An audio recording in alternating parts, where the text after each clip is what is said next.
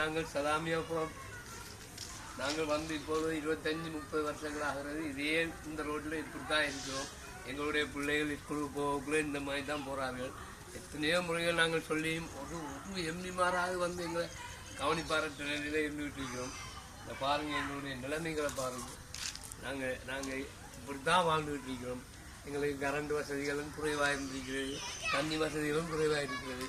அதனால் தயவு செய்து இந்த முறையாக எங்களுக்கு உதவி செய்வீங்கன்ற நம்பிக்கையில் நாங்கள் வாழ்ந்துகிட்டு இருக்கிறோம். எங்களுடைய ரோட்டுகளை பாருங்கள், பள்ளமும் மேடும் குழியுமாகத்தான் இருந்து கொண்டிருக்கிறது. ஸ்கூலுக்கு போகிறேன்றாலும் எல்லாத்தையும் கலட்டி எடுத்துட்டு தான் நாங்கள் எல்லாத்தையும் நாங்கள் எங்களுடைய உயர்ந்த இதுகளை உயர்த்தி தான் நாங்கள் போக வேண்டிய சூழ்நிலை இருந்துட்டு. இந்த பாருங்கள், இந்த ரோட்டுகளை பாருங்கள், இதே நிலைமையெல்லாம் வாழ்ந்துட்டு இருக்கிறோம்.